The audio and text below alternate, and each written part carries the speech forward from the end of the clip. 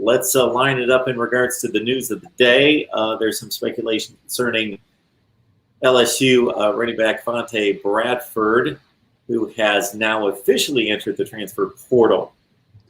Yeah, there's been a lot of discussion, over the last couple of weeks, almost 3 weeks, about, a guy that Oklahoma could look at as a replacement for Seth McGowan, who is no longer with the program. So Bradford is a guy that has been on the radar for a while, really almost 3 or 4 weeks. Has been a guy ever since their spring game, had a little bit of an injury in the spring, didn't really play a whole lot in their spring game, and was behind a couple of kids there at LSU, and is a guy that was looking, and Oklahoma, appears to be, a pretty attractive landing spot, not only for him, but for Oklahoma looking to kind of bolster that depth for this upcoming season. We talked about Eric Gray and Kennedy Brooks are going to be, kind of 1A and 1B, depending on how you look at it and where that kind of falls in line. But, behind him, you got Marcus Major, who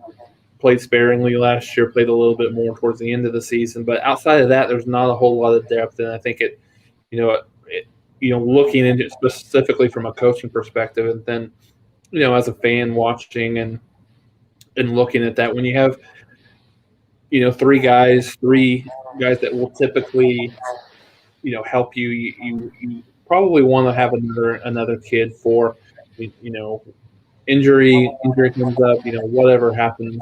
So he's a 4-star guy, top 150 kid in the 2019 recruiting class. He'll be a sophomore. Actually, probably a redshirt freshman this upcoming year.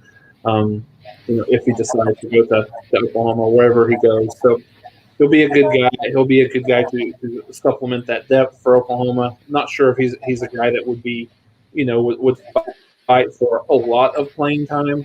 Might could get in the mix there with Marcus Major there. But I think it's a good, when you look at Oklahoma from a future perspective, you got Eric Gray, who's a kid that if he plays well, has a good season, certainly he could go early. Kennedy Brooks kind of the same way.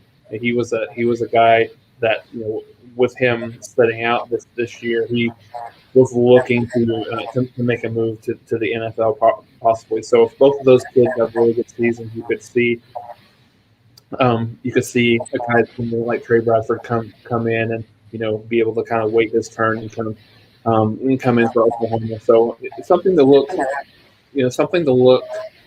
for in the next couple of weeks or so to see where he lands. Hasn't really announced any sort of visits or any of his top choices right now, but certainly a person to look for Oklahoma, potentially bolstering some of that depth in the running back room.